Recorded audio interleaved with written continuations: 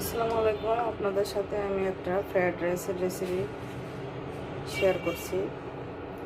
এটা আমি মশলা ভেজে নিচ্ছি। এটা বেশি ভাজা যাবে না, হালকা একটু ভাজতে হবে। হালকা একটু ভাজতে হবে, বেশি ভাজলে আবার সমস্যা হবে, বেশি ভালো হবে। আমি কিছুক্ষণ আগে যে মশলাটা ভেজে রেখেছিলাম সেটা আমি ডিমের মধ্যে একটু দিয়ে দিলাম, দিয়ে কাটা চামচ দিয়ে ডিমটা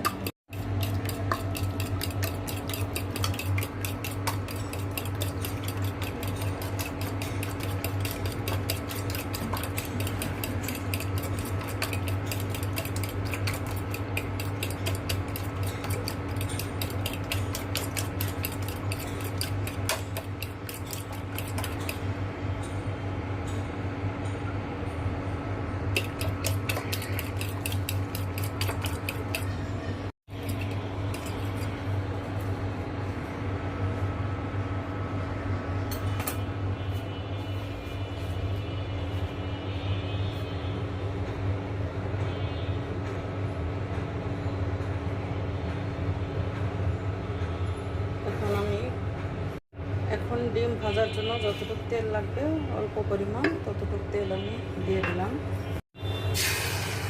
এখন আমি ডিমটা ঢেলে দিলাম। ডিমটা ভাজা হচ্ছে।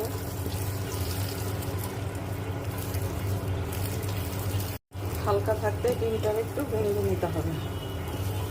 আমার ডিমটা হয়ে গেছে, এখন আমি ডিমটাকে তুলে রাখবো। পরে আমি আর একটু তেল দিব। চিকেনটাকে ভাজার জন্য একটু তেল দিয়ে দিলাম।